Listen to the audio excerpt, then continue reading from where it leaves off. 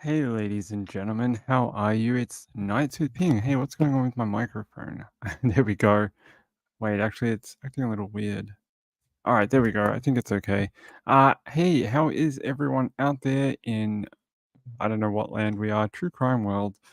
How is everyone in the chat? Let me have a look. Alicia was here. Hey, my friend, did you go to the gym? Are you getting strong? Get strong. Get ripped.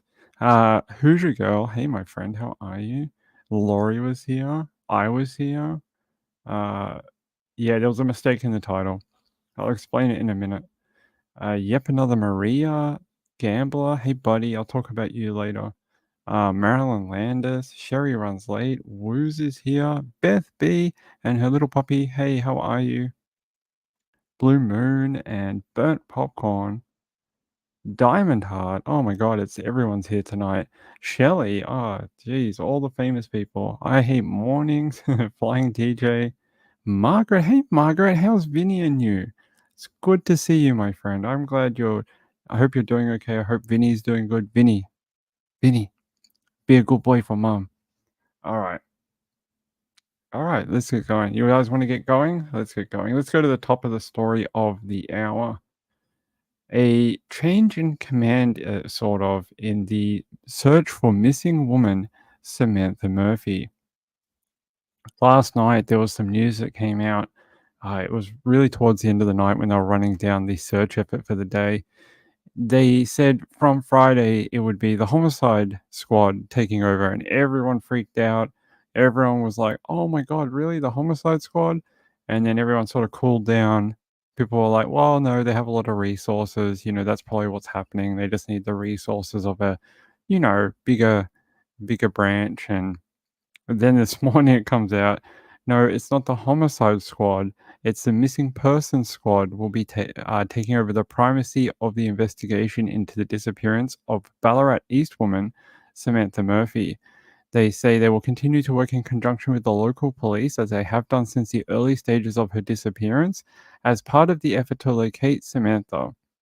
It says the specialist detectives will manage the investigation into her disappearance and will be embedded alongside local police who will continue to lead the search. They say while no sinister factors have been identified in Samantha's disappearance at this time, there are significant concerns given it has now been 6 days without her being sighted or any signs of her current whereabouts. The 51-year-old was last seen leaving her property on Eureka Street to go for a run about 7 a.m. on Sunday, February 4th. However, as concerns for her welfare continue to grow, Missing Persons Squad will formally take over the investigation into the matter with the ability to expand resourcing from specialist investigative units across Crime Command. Now, what that means is they can basically, if they need it, they can call in whoever they need to. If they need the homicide squad, they'll call the homicide squad. If they need, I don't know, air squad or whatever, they'll call them. If they need tech or whatever, they'll get them on the ground. Whoever they need, they'll have at their disposal, I'm guessing. It says the search is comprised of local police along with personnel from the search and rescue squad, mounted branch and dog squad, plus significant assistance from members of the SES and the CFA. That's pretty cool that the CFA and the SES are giving up their time to help in this search, along with many, many, many, many members of the local community who have come out and dedicated their time to finding a woman. Many of them have no idea, never met, and they just want to help. I'm reading on this Facebook group here. Hold on, I'll turn my camera on. What's going on? Ping, be professional. Be professional, Ping. Hey guys, how are you? Good to see you. Um, on this Facebook group, called Find Samantha Murphy. That's the big one. That's the one that's been going most of this week.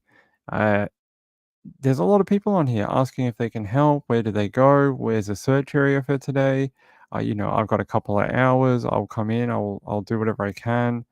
That's such a great thing to see. And I think if we all had a family member lost, we'd hope our communities would come together like that. So it's really cool to see that from the Ballarat and further community of Victoria. I think that's a great thing. Now, checking their updates right now, I don't really see much.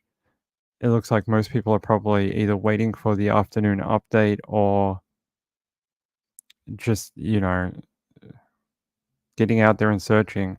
I will show you a little update here if I can find it. Here. Let's watch this. New developments in the search for missing Ballarat mum Samantha Murphy. Police are likely to change tack in the operation today.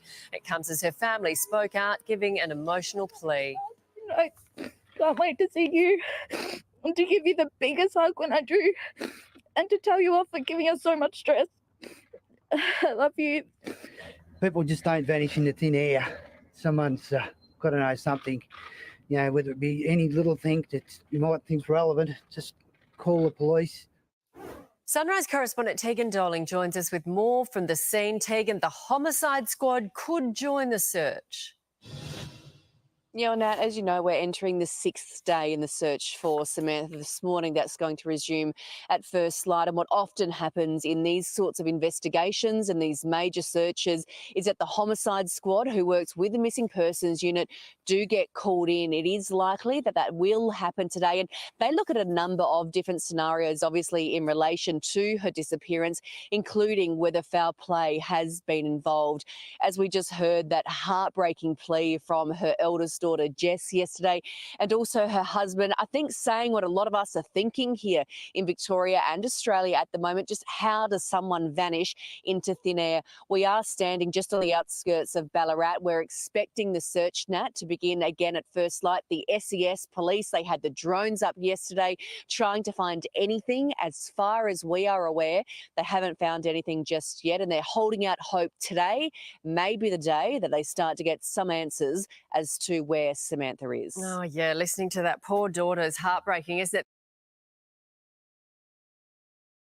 So that update was this morning, very early this morning, and they had as you can tell, they had the wrong information. It wasn't the homicide squad, it was the missing persons squad, but the rest of the information is pertinent.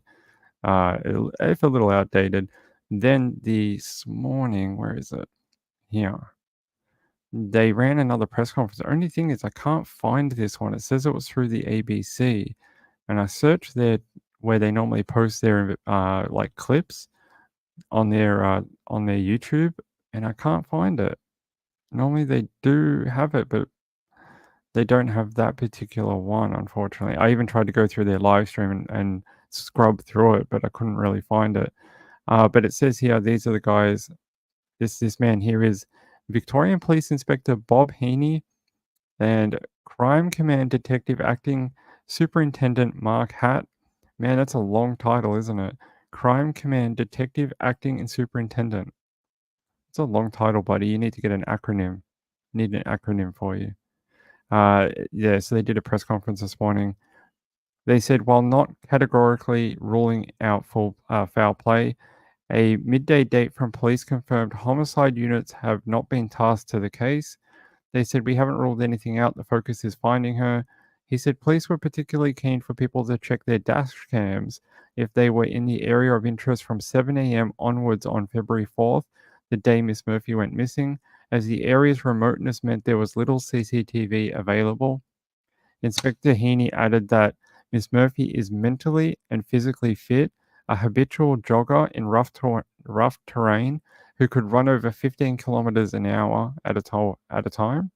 No, run over 15 kilometers at a time. So she did quite long, hard jogs. So she's a fit lady. It says the acting superintendent said that there are still major concerns for the missing mum, despite being nothing immediate to indicate there is anything sinister behind Samantha's disappearance.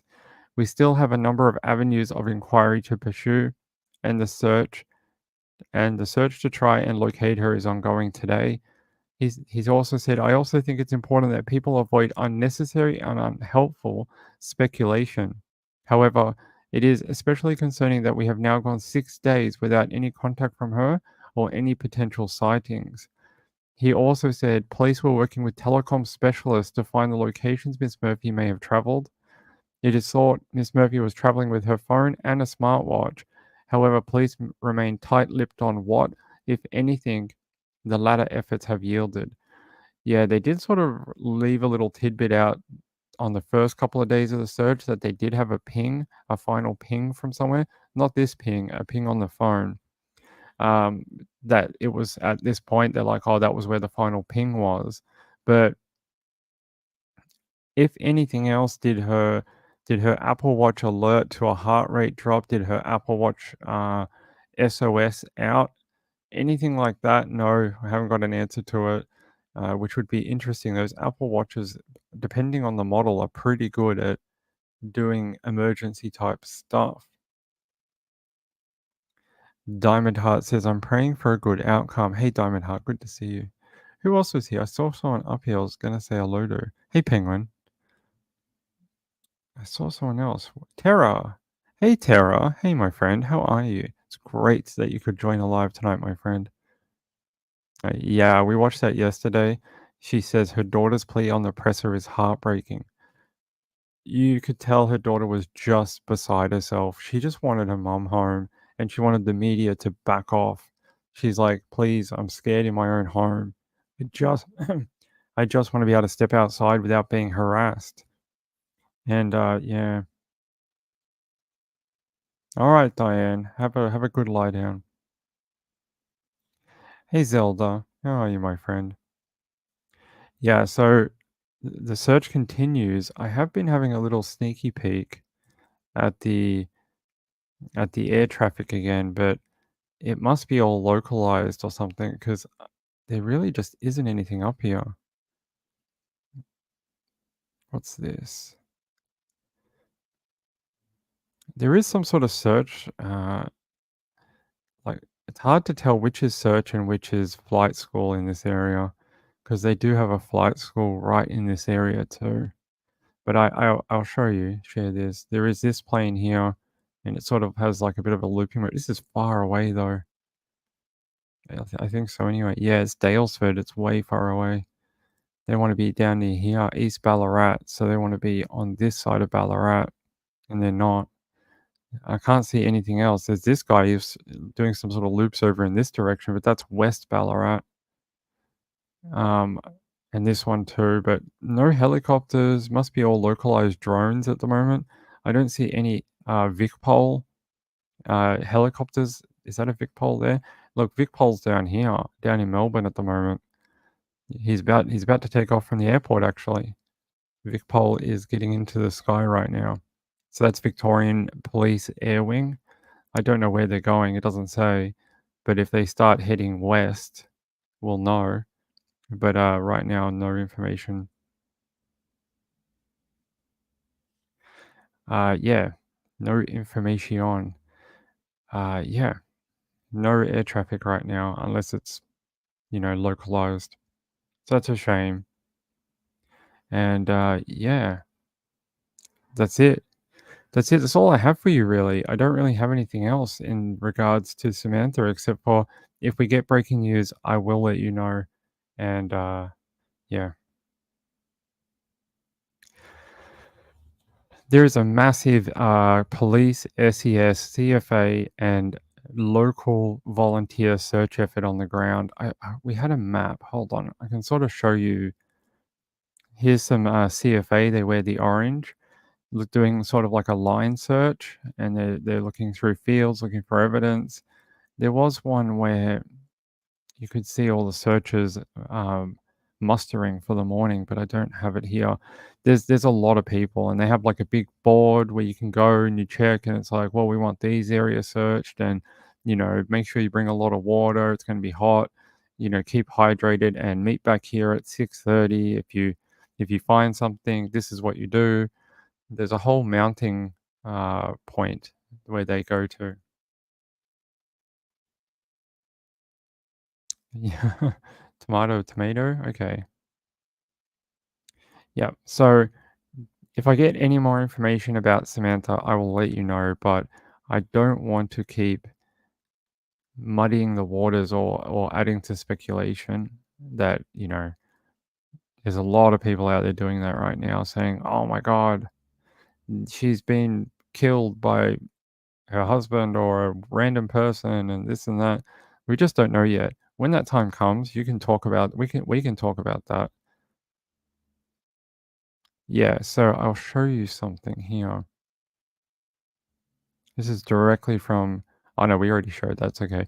They just did an update about an hour ago saying missing Ballarat East woman Samantha detectives from the missing person squad will today assume primacy of the investigation into the disappearance of Ballarat East woman Samantha Murphy. That's their update, and that was about an hour ago. Other than that, there's a lot of speculation that the police know more than they saying, and this and that, but until we actually know something, until they change tact in the investigation, I don't think it's fair to talk about it just yet.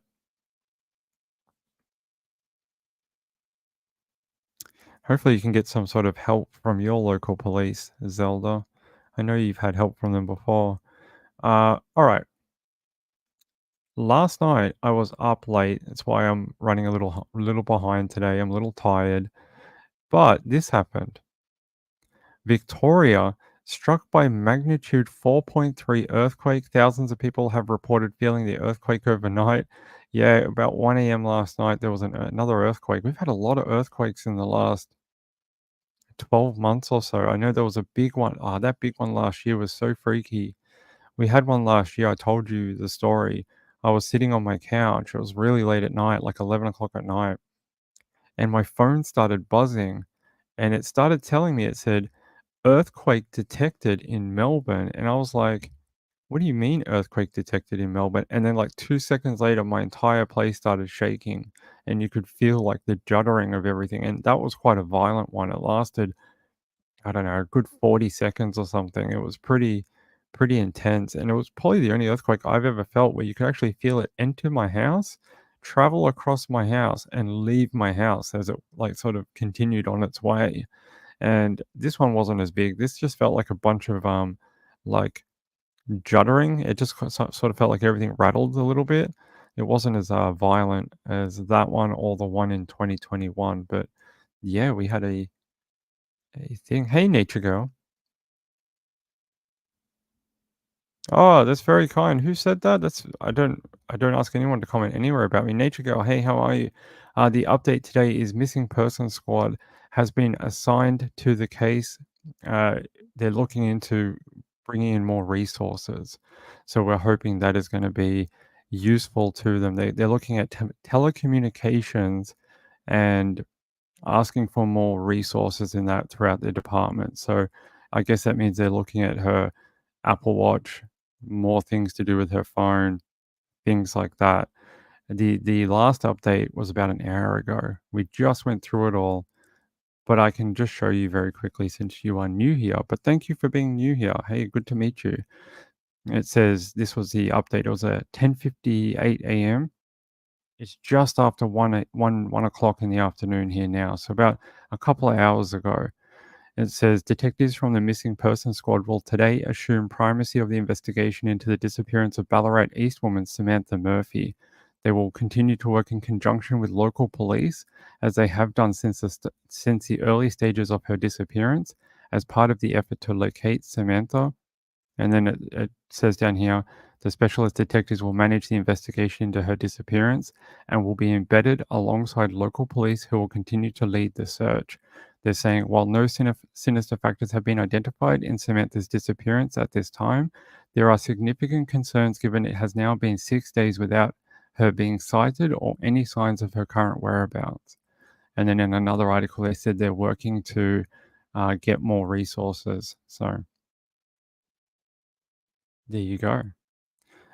We felt it very mildly. It wasn't very big here.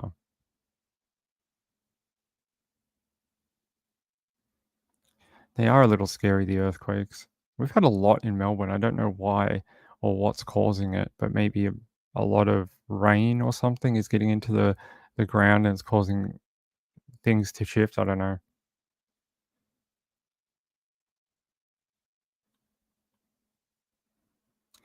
A 1-year-old Noah Johnson, black male, has been abducted. Noah Johnson.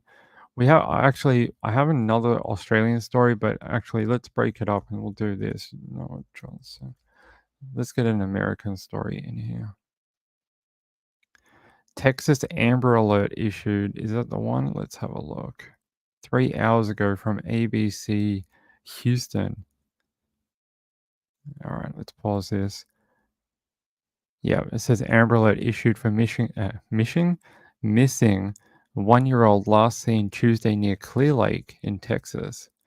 Officials have issued an Amber Alert for a baby boy who was last seen on Tuesday afternoon. They say the 1-year-old's needs immediate medical attention. Ah, that's horrible when you see that.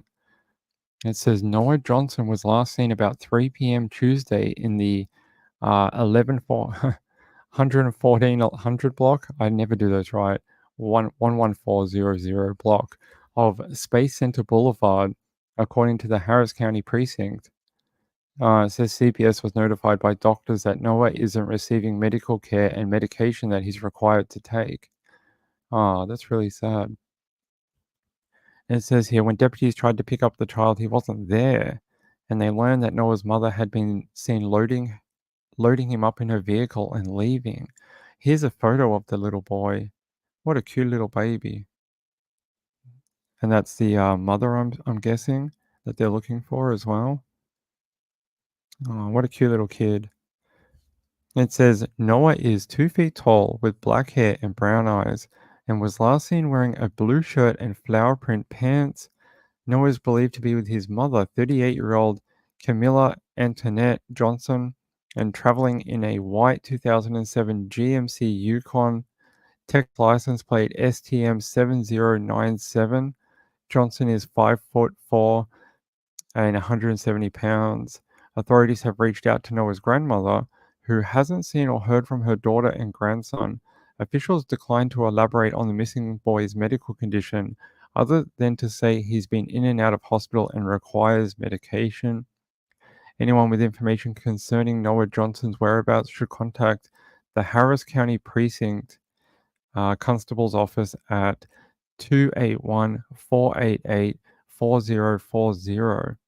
There you go.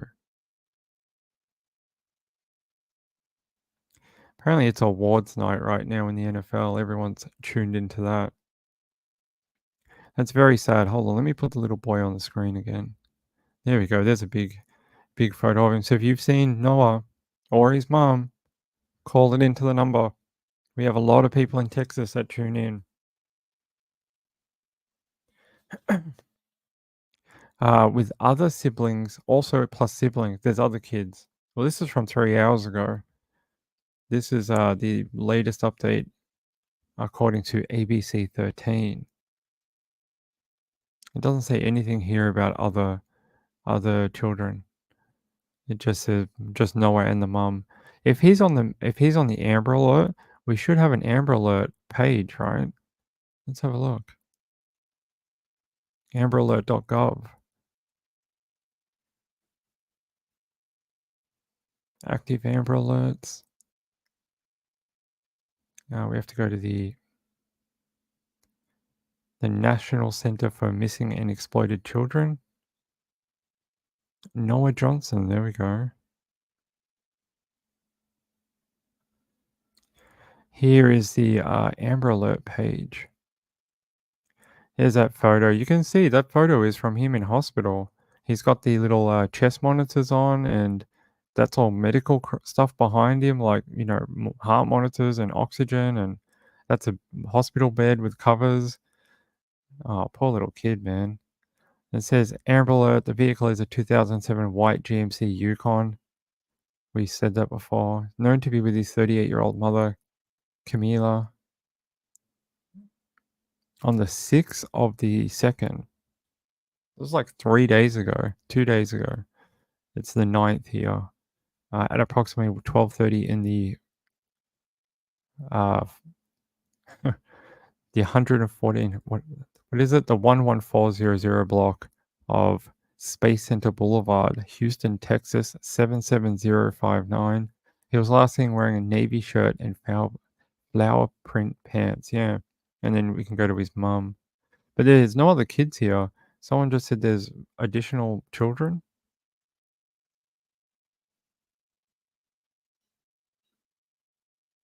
I'm just trying to see what people are saying. Hey, Potter. Hey, how are you?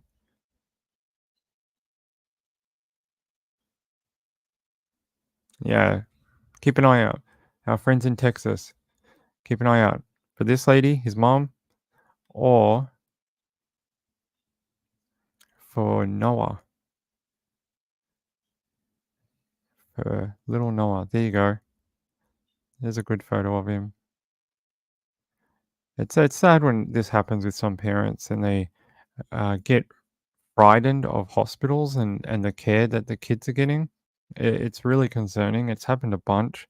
You do see it, and it's for some reason they think end up. I don't know if it's this. It's particularly this in this one, but sometimes they've been around hospitals so much and they see their child's not getting better or whatever, and they get some sort of like weird thinking that the hospital's actually harming the child, and then they want to remove the child from the situation. I don't know how that works or what kind of mental illness it is, but it does happen sometimes. It's very sad. Marylander says, I know there was a SpaceX rocket that went up last night. Yeah, it's such a cute little kid.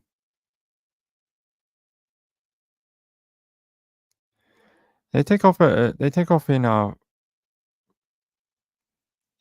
California. There's one in California, I think, and there's one in Florida. Wait, is that right? Is it California that they have the second launch pad? They did one there a couple of months ago before Christmas. And then there's one in Cape Canaveral at the NASA facility. I think since SpaceX basically does the ships up to the International Space Station now, they do use some of the facilities at Canaveral on the Space Coast in Florida.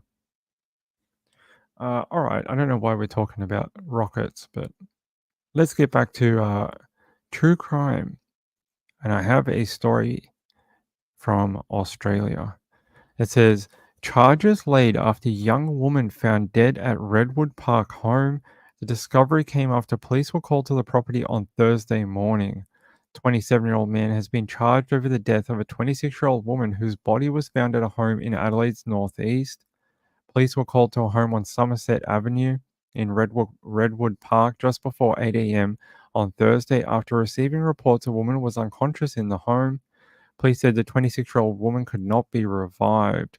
Major crime detectives were called to the home and scoured the property, locating a broken window at the front of the house. On Friday, police said a 27-year-old man from the same address was charged with administering a drug of dependence.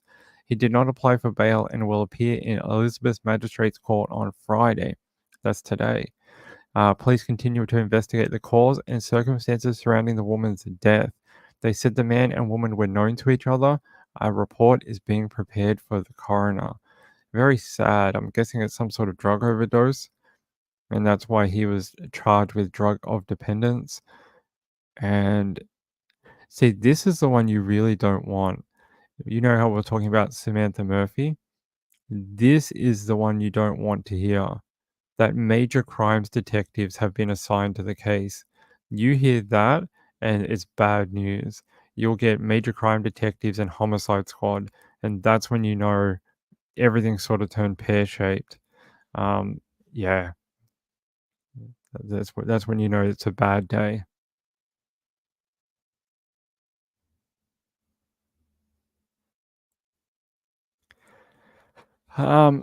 Juicy Jewel says, "Oh, my daughter would hear loud noise from the military base Port Humane in Calif."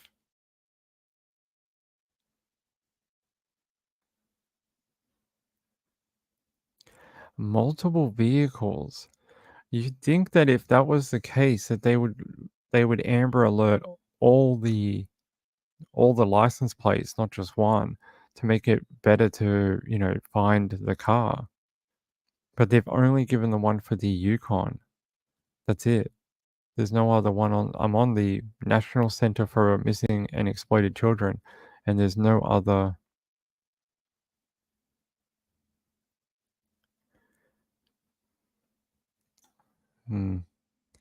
All right. I'm just having a look at any updates for Samantha.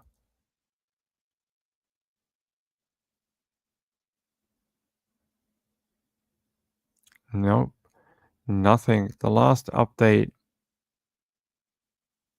was a couple of hours ago. That was the last update. And I'm just going to refresh this before we move on, and I'll have a look.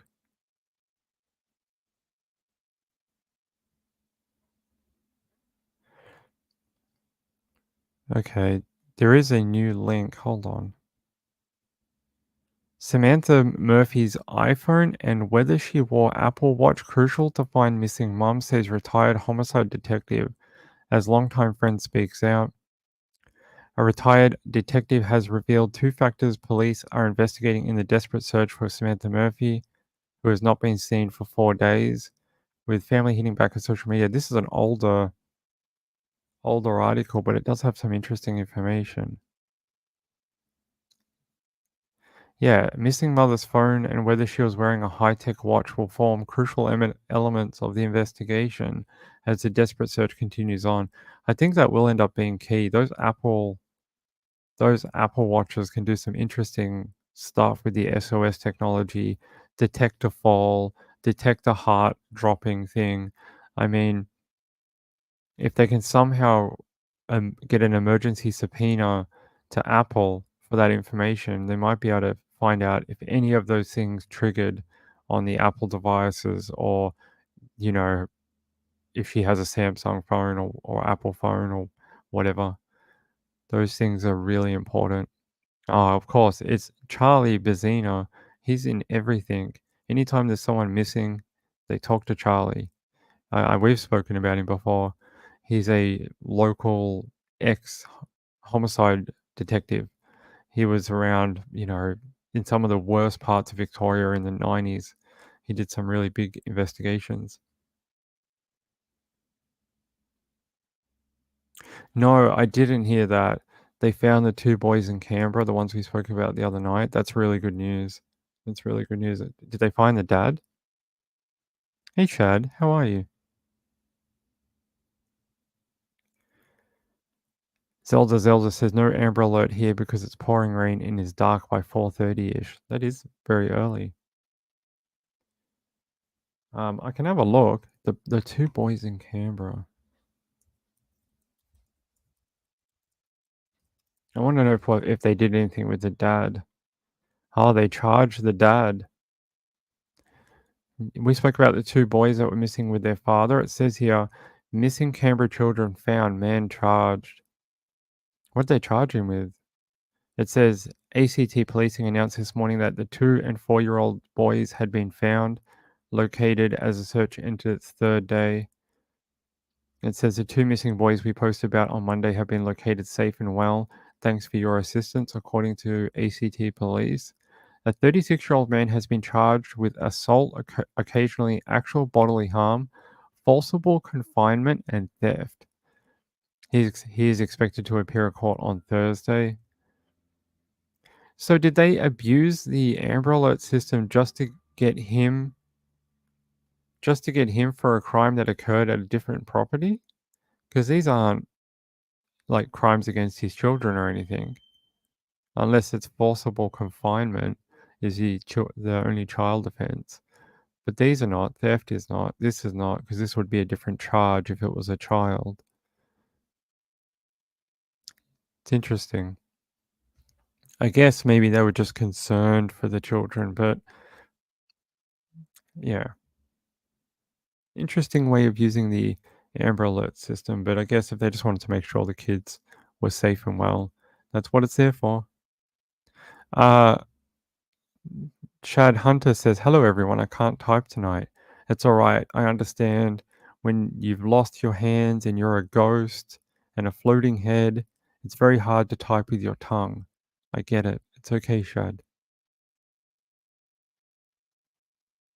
Juicy Jules says, Terra has license plate number, very important. Where is it?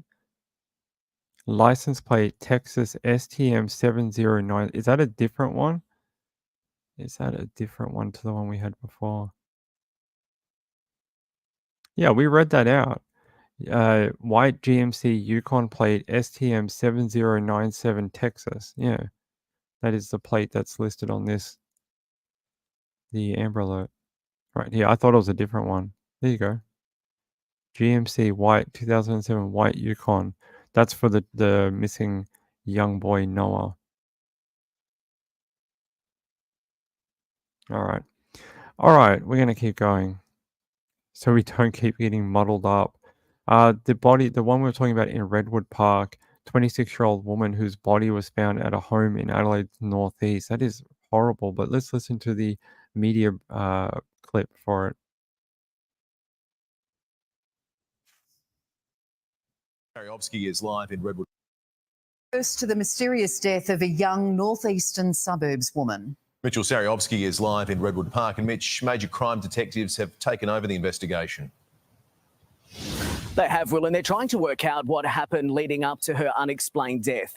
Now, paramedics arrived here at Somerset Avenue around 7 this morning, responding to what was believed to be an overdose. The victim was found unconscious and sadly couldn't be revived. But soon after, police swarmed the scene. They found a broken window at the front of the house. Forensic officers scoured the property for most of the day, at one stage turning their attention to a back room taking photos. Now, it's understood the 26-year-old lived here with her partner. We've never heard anything from them. No noise ever. They've been there for about 10 months, and that's all we've heard. It wouldn't have expected this to happen in this street, so it does make us feel a bit nervous. Really unfortunate news for the family and the people that know the lady. Devastated friends have visited the home, speaking to detectives and consoling one another. Now, Will, officers remain here at the scene tonight as they try to solve the circumstances behind the young woman's death.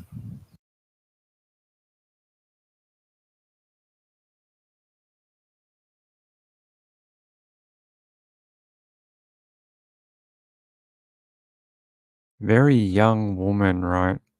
Very sad to hear that she lost her life.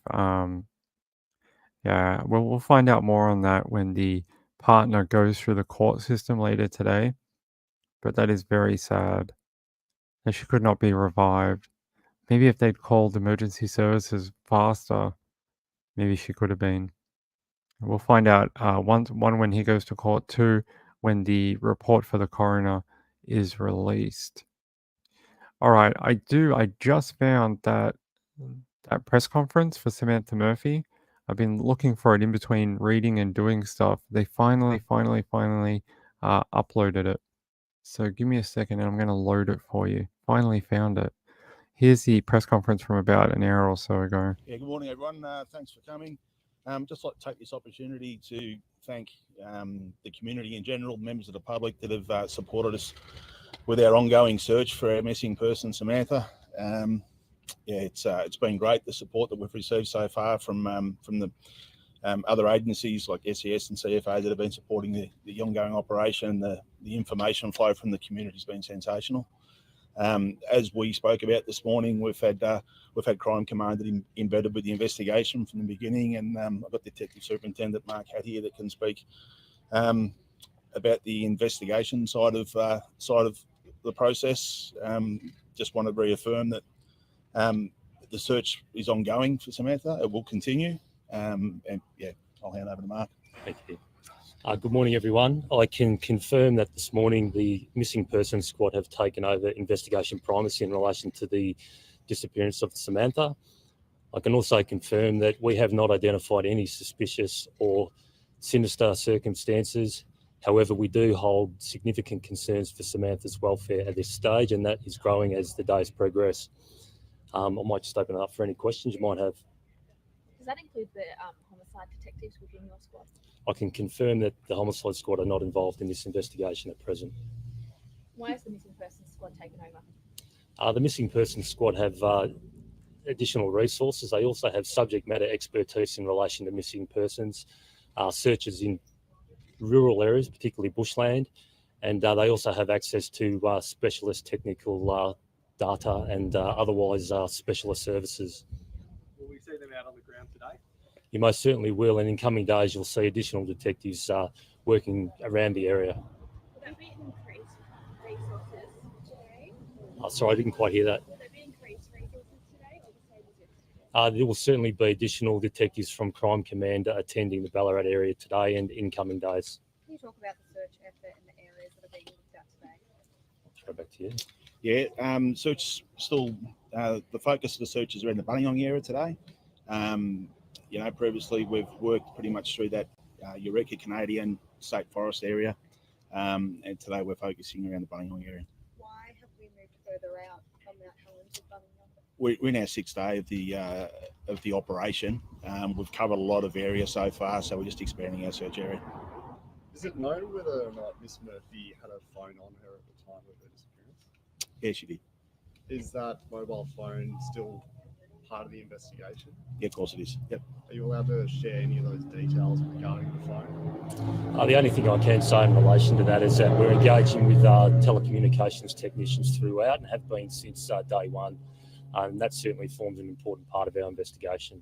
Is it known whether or not she had a watch or a GPS tracking device on her wrist as well? It was pictured in the CCTV that was shared earlier on. Yeah, she had a watch and a phone with her when she went missing. Yep. And has that data revealed anything about her whereabouts other than the ping on the initial stages of the investigation near the golf course? We can't answer that at this stage. It's obviously an ongoing inquiry with our telecommunications technicians. Do police believe she remains in the area? At this stage, we're keeping our options open. We haven't received any information relating to her movements from the moment she left her home address on Sunday morning. Is that concerning that 6 days on you still don't know really where she went? We do hold significant concerns in relation to her welfare, and particularly as the days go on. Has there been any other CCTV or confirmation of where she went on this run? At this stage, we have not had any other CCTV relating to her movements. Are there any specialists involved to do with looking in mine shafts or dams? Yeah, look, that's all part of our search at the moment. So we've had Victoria Police Search and Rescue Squad involved in the search.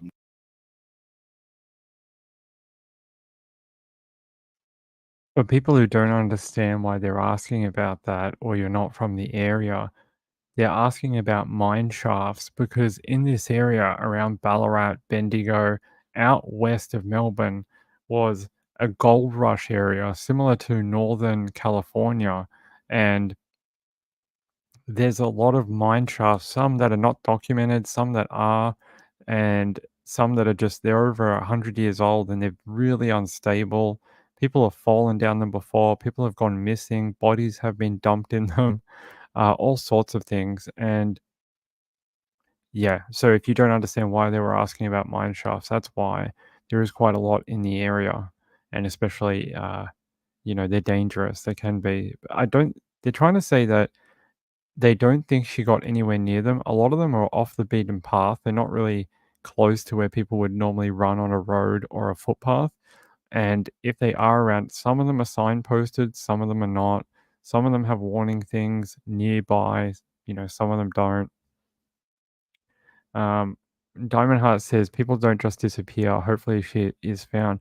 I think if you listen to this press conference, they're honing in on those technical devices like an iPhone, her Apple Watch. You would think they would give the biggest clue. They have GPS and all that, the heart rate monitors. They would be able to tell, like, if they can get that information from Apple, it might take a while. But if they can eventually get it, they'll be like, well, when did her heart rate stop? What was the final time it was measuring for her vital signs? Things like that. And they have used them in other cases before to determine when people have died and this and that. So hopefully the tech team can get working and get some assistance from Apple in Cupertino or whatever it's called. Cupertino in the US. And I just call it cappuccino because it sounds like a coffee. It's like they live in an area that's named about a coffee, but it's not. I think it's Cupertino, but there we go. Zelda says something about her neighbor. I'm sorry to hear that. I hope you get some sort of resolution to that. It's awful. It's not nice to be living in fear. Tara says, just giving a general update, but no news. Too bad. What happened to Samantha? The biggest news was yesterday. We had CCTV footage released by the police, and then late in the afternoon, they came out and said that another jogger had come in and self-identified that that was her in the footage, not Samantha, and it basically set them back by 24 hours, maybe more, because they really thought it was her. and they thought they had a lead on what direction she was going. Ended up not being her, ended up being a different woman that was jogging by the camera, and yeah, really, really awful. Guys, give me 1 second. I just have to fix this. Hold on.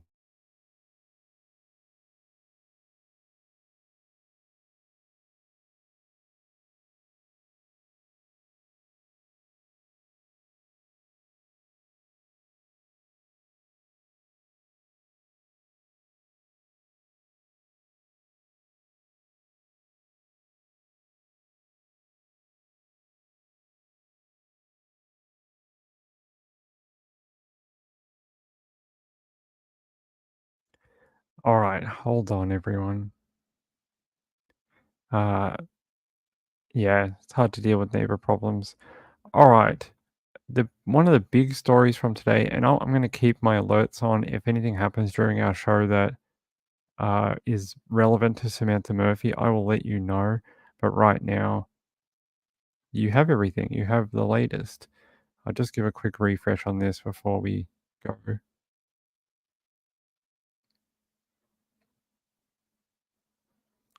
Yeah. Yeah, I don't see anything new. Okay. Some weird stuff about Madeleine McCann came out today, and I'm going to show you. It says plot to kidnap child hatched a week before Madeleine McCann disappeared. Expat Ken Rouse said that Christian B., the German drifter suspected of abducting Madeleine, tried to recruit a mutual friend to help find a youngster to sell to a childless couple. That's very strange. We've heard that story before. We heard the story about the weird lady at the dock who was asking about where's my child and things like that. So let's have a look.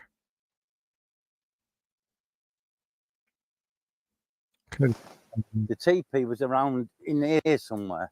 We're in a remote part of the Algarve, 20 miles from Praia de Luge. It's 17 years since Ken Ralphs visited the hidden tent where his friend lived. It's private property now. It's owned by somebody.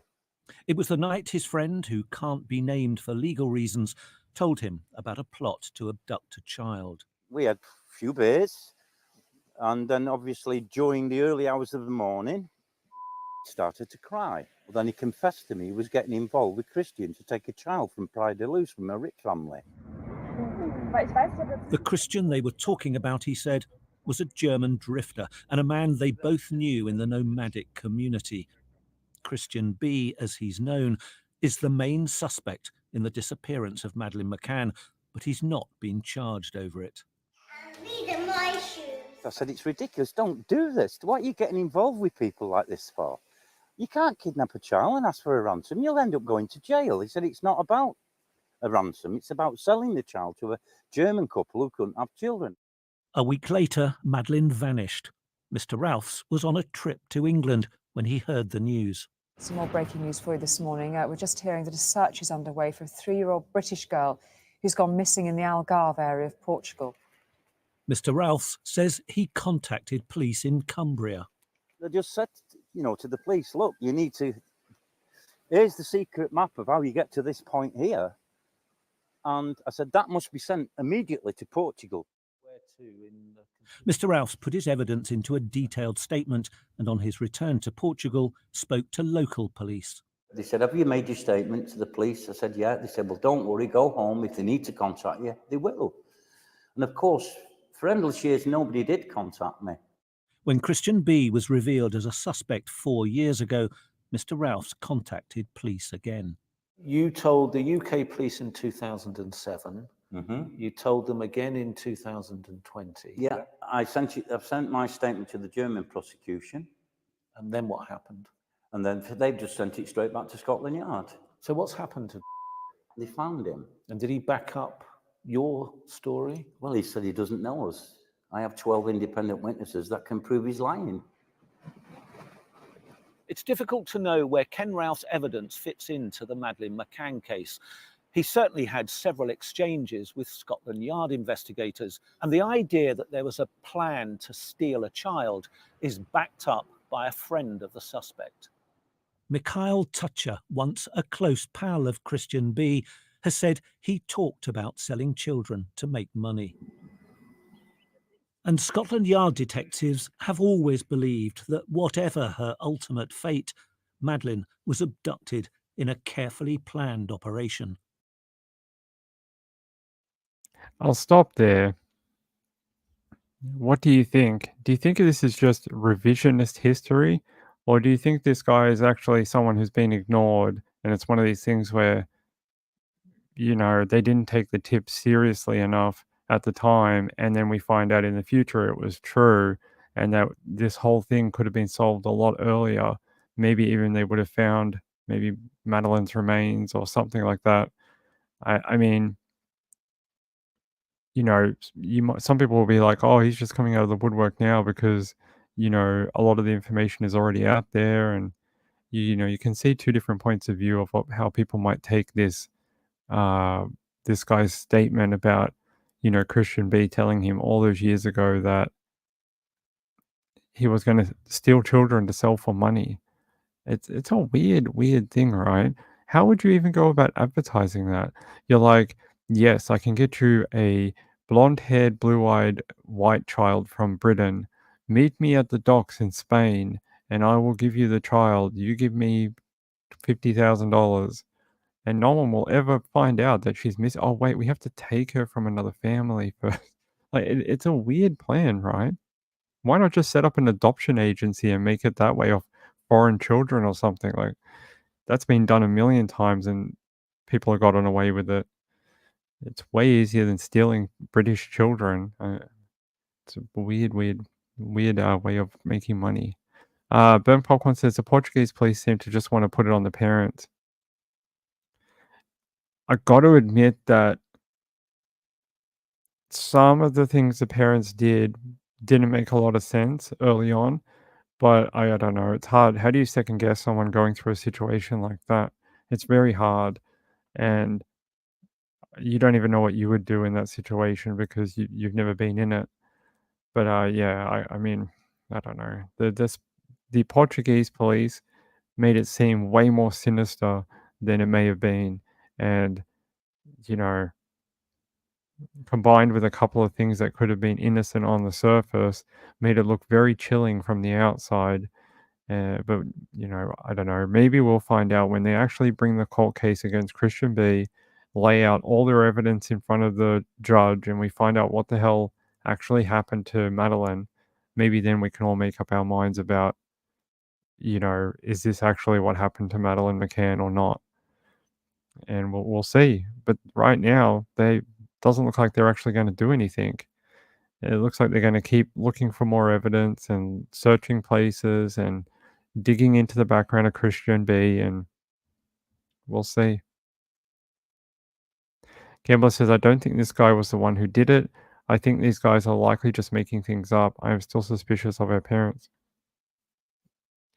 I think you and a lot of other people, there's also a lot of people who are mad at her parents for taking up so much police resources, taking up so much government money when there's not the same consideration given to other missing children in Britain who can barely get a $5,000 reward for their child who's been missing for much longer, or missing in situations where the case seems more solvable, and they can't even get a $5,000 reward for information on their child's case. So I see it from both sides. Me personally, I have no idea.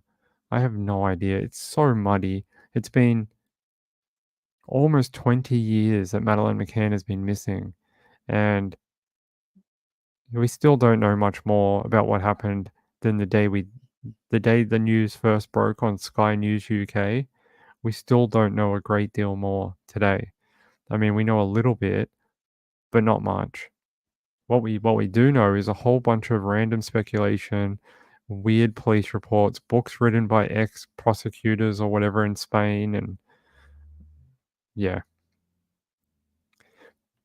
We'll find out. If the German police really think that they've got it and they have 100% irrefutable proof, we'll see it eventually.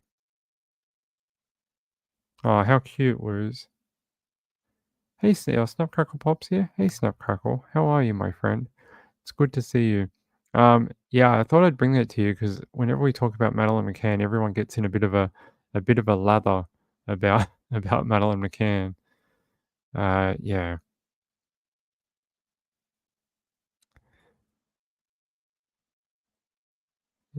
So who is this other guy? They say we were sitting. He said Christian B made the offer to a man who was penniless and living in a tent in the remote part of the Spanish coast. He said we were sitting around the fire one night after a meal. We had a few beers, and during the early hours of the morning, my friend began to cry. I asked him what the matter was, and eventually he confessed to me he was getting involved with Christian to steal a child from prayer and from a rich family. I don't think that's actually like the weird thing about this is if it was Christian, this guy, his motivation was not to sell the child for money. At least I don't think so. His motivation to steal that child was sexual. He's a known rapist, and yeah, I don't think he was going to sell the child. Else we would have heard about her being sold on the black market or something by now. Let's see. The book from Portugal. Yes, I've read that one. The one that the guy that was on the case wrote. Yes, but it's good. It has some interesting insight into the first few days of the investigation. But you got to remember it is one-sided, and it's trying to make their investigation look like it was a good investigation. And you got to make sure, yeah, you got to make sure you look at it through the right lens. It's not perfect. It's trying to make them look good.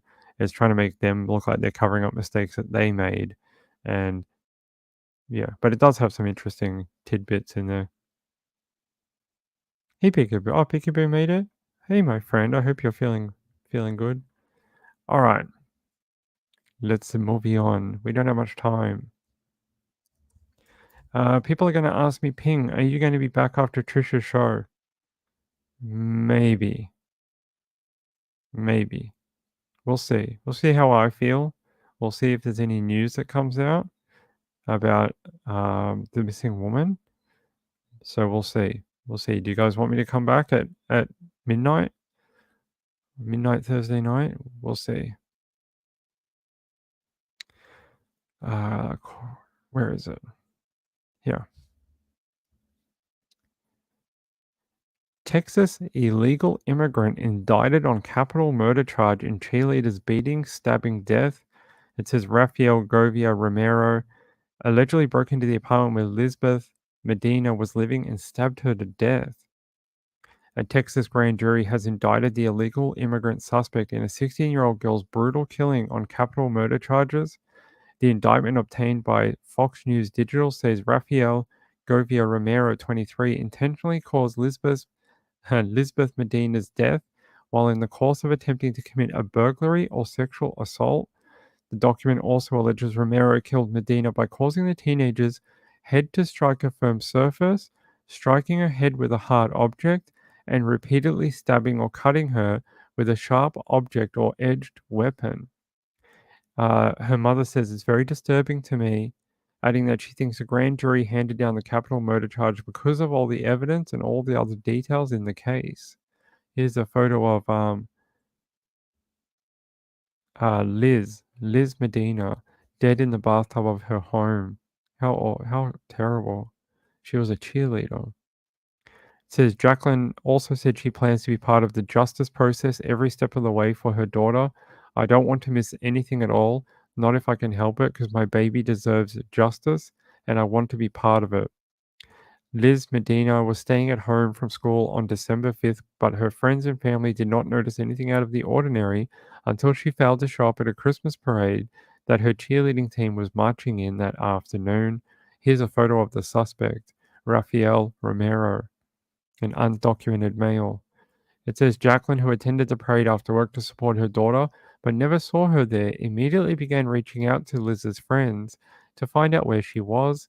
When she arrived home later that day, she found Liz dead in the bathtub of their Edna apartment with her foot sticking out from behind a shower curtain. Days later, when the Edna Police Department named Romero as a suspect in her murder, Jacqueline told Fox News Digital that the man had no relation to her daughter or their family. Here's another photo of Liz Medina, very pretty girl. Police determined their apartment had been burglarized on November 13th, about a month before the teenager's murder. Jacqueline previously told Fox News Digital she didn't make the connection at first. She and Liz had noticed little things that were going missing from their apartment for some time. On November 13th, they reported the missing belongings to police because some larger items had disappeared. She says, I believe the burglary from the 13th of November could have been a connection with the murder suspect. Oh, no, sorry. An officer wrote that on an affidavit at the time. He said, I believe the suspect of this murder was at large and present danger to the community. Edna authorities, and I'm probably going to get my friend DJ telling me that's not the right pronunciation, but that's okay. It says Edna authorities also indicated Romero may have stolen Liz's phone after the murder. Liz's boyfriend tracked the 16-year-old's location to an area about half a mile away from her apartment using his smartphone the day of the murder. The following day, Liz's cousin saw that her Snapchat sent to the victim had been opened, indicated that somebody was using the phone after her death. Within an hour of reporting the suspicious phone activity to the police, authorities were able to track the geolocation of Liz's phone to the suspect. About an hour's drive from Edna, where the police arrested Romero. The suspect's bond was set at $2 million after his arrest. Jacqueline said she still has many questions about what happened to her daughter and why the suspect allegedly targeted the 16-year-old, and she awaits answers as Romero's case plays out in court. She says, I kind of want to know just to have closure. Imagine that's your life and you have to go through that trial just to get answers, to get some closure, like she said. You have to put yourself through hell hearing how your daughter was murdered. It's horrible. Indeed.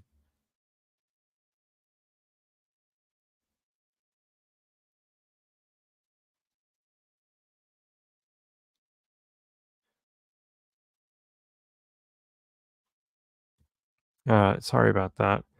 Let me see. Jojo says she just caught up. Wu says, I suppose you won't have a show on Sunday night US time. No, I will not be here on Sunday. No, I am sorry.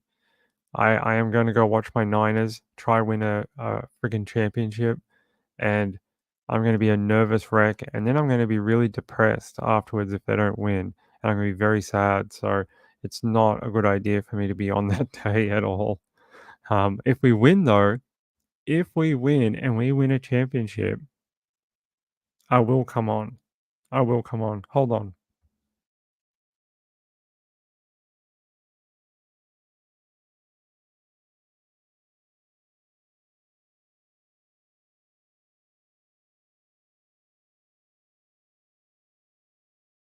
There we go. Sorry. Yeah, if we win a championship, I will come on. And I'm going to celebrate with all of you.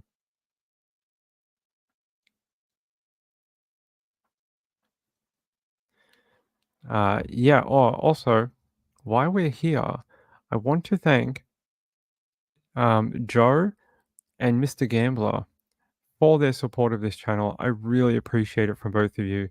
I actually wasn't able to pay my newspaper subscriptions this week, and you guys have helped me pay for a couple of them. So I appreciate that. That's why we weren't able to get news from the Herald yesterday, because I hadn't paid it yet. Brick keeps messaging me, but I really appreciate it.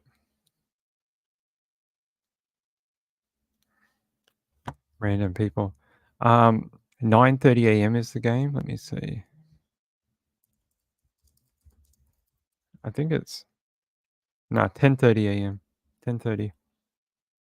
Didn't think so. I didn't think it was that early. Yeah. Thank you to Joe and thank you to Gambler. That really helped me out. You're gonna root for Kansas City? Oh. See, it almost made me visibly sick. Visibly sick. No, I'm just kidding. Good luck to your team, Peekaboo Cockatiel. Good luck. They don't need the ring, though. We do. We need it. They already won last year. We desperately need it. Haven't won a championship in like 30 years. So you're gonna be going for Kansas City? Ah. Yeah, 10:30 a.m. will be the game. Yes, Emily Narb. We have a few Niners fans in the chat. We have a few. You know, if you think about it, the Niners were actually the best team this year, ranked number 1. The Kansas City Chiefs were not. The Niners were the number 1 seed in the playoffs. The Chiefs were not. So I don't know. We'll see. I hope so. They've been so close for so long. I really hope so. It'd be a great day if they do. All right, let's go. Let's talk about more true crime. Let's talk about more true crime because that's more fun. Let me grab it. One more story. Yeah, we can do one more. Yeah, let's see. What have we got?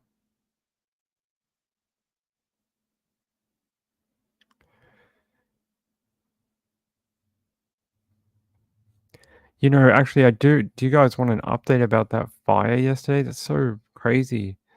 We talked about that fire yesterday. It says 6 presumed dead, 3 bodies recovered after fire shooting in Delco. DA says Delaware County District Attorney. 3 children and 3 adults were members of the Lee family. Let's see what this says. NBC 10 breaking news. What we suspected looks like it's true that the family has been killed inside the home. What started out as a rescue mission has turned into a grim search for the family members presumed dead inside the charred remains of the house that went up in flames in East Lansdowne. As of right now, 3 bodies have been recovered. Meantime, one of the 2 officers shot at the scene of that fire has been released from the hospital. This all coming as investigators try to figure out exactly what happened leading up to the tragedy. The district attorney says the recovery process will be lengthy. Good evening. I'm Fred Shropshire. I'm Tracy Davidson. DA also says no one who was in the house at the time of the fire survived. We have live TV coverage tonight. Francis Wang is at Penn Presbyterian Hospital, where one of the officers is still recovering. NBC 10's Leah Uko is back at the scene of the fire and shooting for a second day. Leah, what have you learned today? Well, Tracy, we're just finding out from the district attorney that 3 bodies have been recovered from that home. Officials are still looking for 3 more. They say tonight they're going to wrap things up as they focus on giving the family some closure. But this operation, this recovery operation, though, it is still ongoing. We've recovered 3 bodies total from the house. One is the person we think was shooting at police officers because there was a rifle recovered with that body. Delaware County's district attorney identifies the victims as the Lay family. Officials say they were inside their home at 58 Lewis Avenue in East Lansdowne yesterday when a shootout with police happened. In the midst of it, officials say the house was set on fire. One of them may in fact have been the shooter, but we're still at the process of trying to find out where everybody is inside that house. I can't even begin to tell you or estimate how long it's going to take for us to continue to do that work. It's a very unsafe scene. Police initially were responding to a call about an 11-year-old girl being shot. When they got to the house, witnesses say immediately someone inside started firing at officers. Neighbor Derek Richardson was at home looking out the window as officers from Upper Darby ran to help. He actually collapsed before the officer could get to him. But as soon as he got to him and they started rendering aid, more shots spring out. It was engulfed within minutes. Like it seemed like 10 minutes, the whole house was on fire. Lansdowne police officer David Shiza and East Lansdowne officer John Meehan were taken to the hospital. This community at loss for words about how all this happened.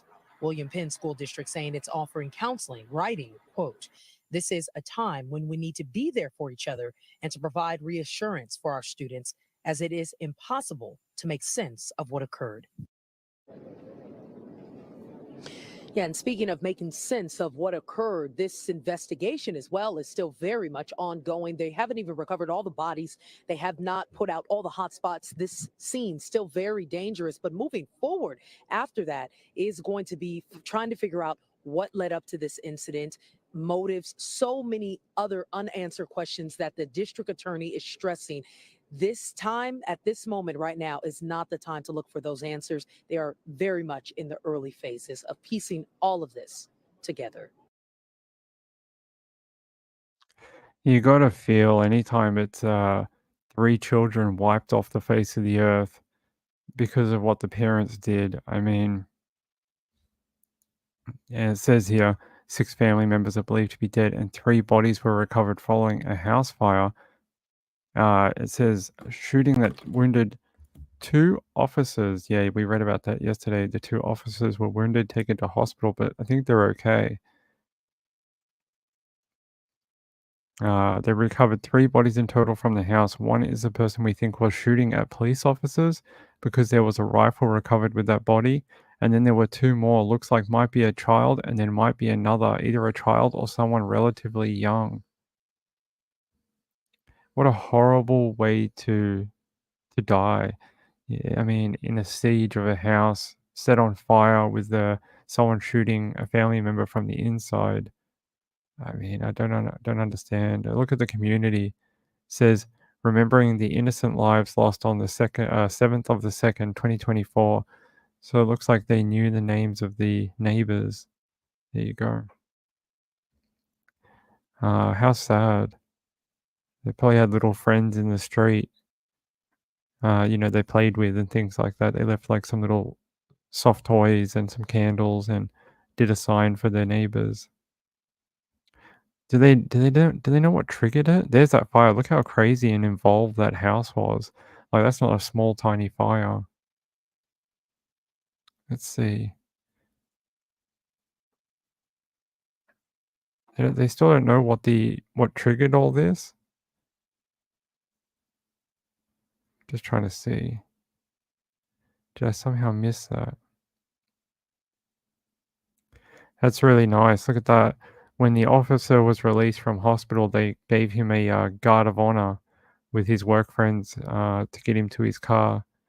That's really cool. I love when they do that.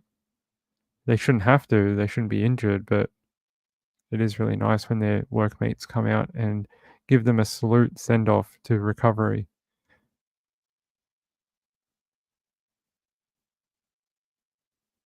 Doesn't really say like what triggered it. Can't really see anything. I'm guessing it'll form part of their, I think that's what they were saying, it'll form part of their investigation, but today is not a day to answer those questions or whatever. Yeah, that's the homemade sign and the little stuffed toys was so cute. It's a shame that they had to do that.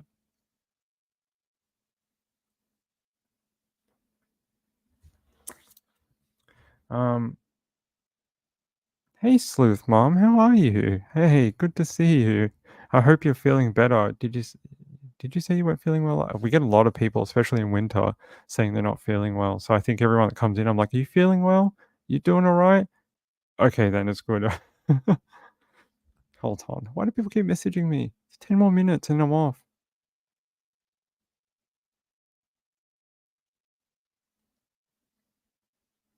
All right. Stripper pole dancing. Oh, you wild, Zelda. You go, girl. You wild. Pogo stick stripper pole dancing. That's an extreme sport if I've ever heard of it. How do you do that? Do you like pogo a couple of times and then grab the pole, swing around, and then jump back on the pogo stick? Is that how that works? I don't know how that works, but I'm doing good. I'm doing good. It's good to see you. Danny Mitchell says, I feel like I've never been well in January ever. I know a lot of people get sick in January. They overdo it at New Year's and they get run down and get sick. This is really late night thing. Actually, this is the early show. We do one sometimes. It's like 1 a.m. as well. We do a late show. Who keeps messaging me?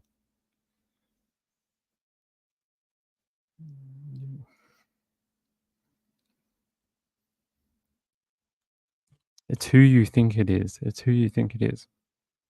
We've got a couple of minutes. Is there anything anyone wants me to talk about for a couple of minutes before we go? Is Trish going to be late saving babies tonight? Do we have an extra 10 minutes? She's going to have to let us know. Actually, you know, there is a little bit of a little update here on Samantha Murphy. They're saying the reason the search effort was triggered for Samantha was she had a family commitment that she was expected to be at. It was unusual for her not to be back in time for that, and that was reported to the police almost straight away. That's really, really interesting. Sometimes when they go missing in these situations, it's 4 hours, 6 hours, 12 hours, overnight before someone reports missing. And the fact that they were able to get her reported missing like within an hour of where she was supposed to be home. I don't know if it's going to help, but it's really nice to see that they knew her routine so she was so fastidious about the way she did her routine that they were like, wait, she's not here to go to this thing. That's a real big concern. We need to contact the police. Well done. Oh, hey, my friend. I haven't seen you in a while. You've just been listening. It's really good to hear from you. Donated ping open. Wow, that is really kind. Thank you. I hadn't checked them yet. We don't normally check them till the end. I haven't checked. I'll log in now. Hold on. Give me a second. That's really sweet of you. Thank you. It's good to see you. I hope you've been well. I like your hat.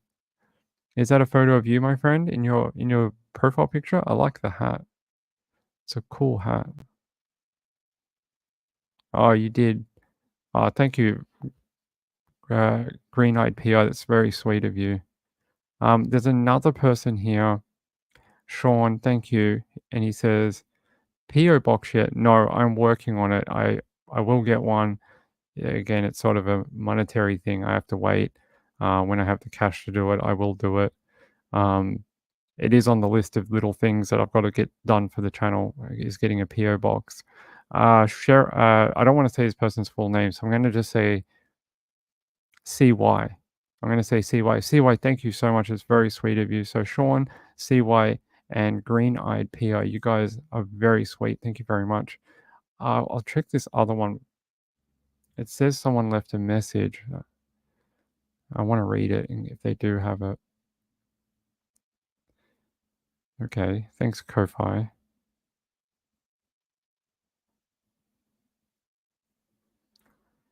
Oh, it says, love you and Trisha. Thank you. I appreciate it. I'm guessing that was...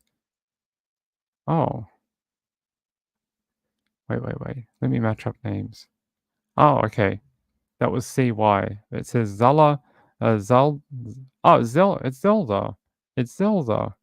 I was like, who's Zala? It's Zelda. Zelda, thank you so much. That's very sweet of you. I appreciate it. I was like, who is that? I'm like, who is Zala? Thank you, my friend. I really appreciate it. To Green-Eyed PI, Zelda, and Sean, you guys really helped me out. I really appreciate it. I don't hate talking about this stuff. That's why we don't do it till the end. Because I'd rather get to the true crime. It's more important. You finally caught me live. I'm happy to have you here. I really am. It's really nice to see you here. It's great. I love seeing all my friends from Web Sleuths on here. I really do. Oh, okay. All right. Do you want me to? I'll call the fake Microsoft number and I'll return that money with iTunes gift cards. All right. Is that all right? Or I'll post you $50,000 in cash in 10 different packages to different places in the US. We'll do it like that, one or the other. It's your choice. I hope you and the doctor or the mad scientist are doing well. He was very interesting when we had the submarine thing happen last year. It was really, really good to hear his input. I hope he's feeling better too. I think we've got to wrap up for the night. I don't think Trisha's going to be late.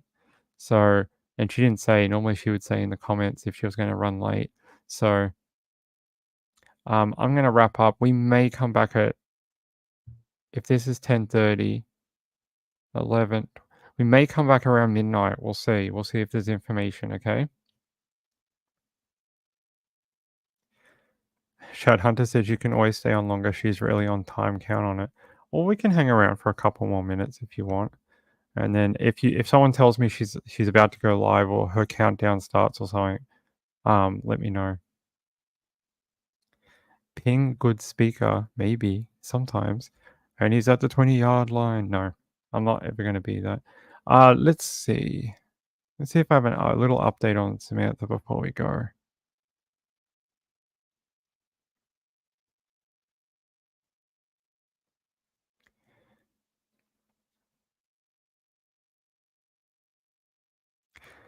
Apparently, in the local area of Ballarat, there has been some reports of people reporting suspicious activity behind female runners or joggers.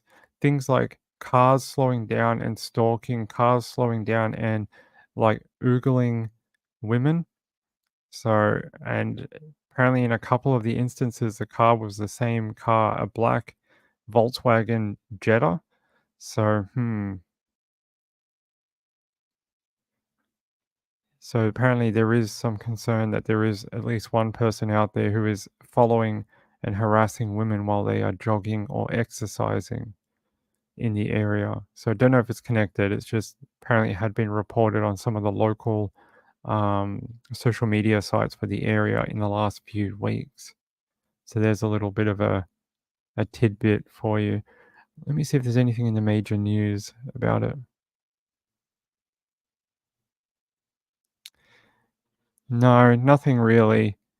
We may, if anything happens, they'll report before 5 p.m. as they wrap up at around 6 o'clock. They start wrapping up the search effort for the day, and then they stop searching, and then, yeah. We're at 31. Yes, Dr. William Wallace. I call him the mad scientist. Because, I mean, you'd have to be pretty mad to be in a submarine. At least I think so. I couldn't do it. No way. I'd go crazy in like a day. You know what I'd end up doing? I'd end up pacing a hole in the submarine from going one end to the other, because my anxiety would be like, I'm in a tin can in the bottom of the sea. I just would. I would go mental. Let's see. Let's see if 7 News has... Hey, police confirm... Wait. Police confirm potential clue in CCTV image of missing Victorian mom. Oh, they're just saying that she's wearing a Apple Watch, and that they're trying to get the information from it. I think that'll really be their big play. If they can figure that out, I think that would be great. This story from Australia. You guys are afraid of Australia, snakes and spiders and things? Deadly brown snake bites woman on the face in her backyard pool in Rutherglen, Victoria. A Rutherglen mum is counting. Mum believes her sunglasses may have saved her life. A Victorian mother says she is lucky to be alive after being bitten on the face by an eastern brown snake, which attacked her as she sat in her backyard pool. It says Rutherglen resident Angela Jacobson was relaxing in the pool reading a book before school pickup on Tuesday afternoon when the deadly snake approached. She says, I don't even know where it came from. I noticed something out of my peripheral, so I lowered the book to see what it was, and it was an eastern brown snake. Panicked, Jacobson screamed, and the snake lunged and bit her on the face. She was wearing sunglasses. Jacobson spent the night at Wangaratta Hospital and credits her sunglasses with saving her life. They said it was just a dry bite. I'm a very, very lucky girl. I think the fangs have hit the end of the sunglasses and maybe only the bottom teeth have hit my face. I do think the sunglasses saved my life. The hardest part was having to lie in the hospital, unable to move her face for several hours, she joked. Experts say brown snakes have lethal venom but rarely inflict a deadly bite unless provoked. They're not interested in biting, according to Snakebusters owner Raymond Hoser. As for what to do if you come across a snake, the safest option is to treat everything as dangerous. That's good advice, especially in Australia. That woman is very lucky. Very, very lucky. Thank you. I appreciate it. I really do. They've been trying so hard. They got so close over the last 5 years, so I hope they get there.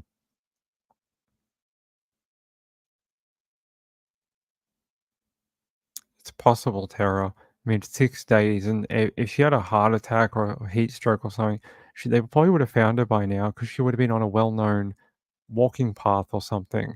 And it's concerning that they can't find her. They got drones and mounted police and dogs, and all sorts of things. Motorbike police, volunteers, SES, helicopters. They haven't found her. Yeah, free press for Ray-Bans. Lucky woman, very lucky woman. All right, it's 5 minutes past the start time for Trish. I'm going to go. Hey, have a great show. My stomach's growling again, so I'm going to go eat some food. I hope you guys can't hear that. I'm going to go eat some lunch. Guys, I love you all. Thank you so much. Thank you to Green-Eyed P.I. Sean and Zelda. You guys really helped out. And I'll be able to pay the newspaper subscriptions now so we can read more stories. I really appreciate it. I haven't, but I'll have a look. I'll have a look in my break, okay? I'll have a look. Guys, I love you. I love you all. You guys are amazing. Thank you to the replay crew and everyone else for being here tonight. If you're in the replay crew, leave a comment. I promise, okay? And I'll get back to you. I promise I'll get back to you, I mean. Not I promise you'll leave a comment. Good night, everyone. Love you all. See you later. Maybe a bit later at midnight. Just keep an eye out. See you later. Bye.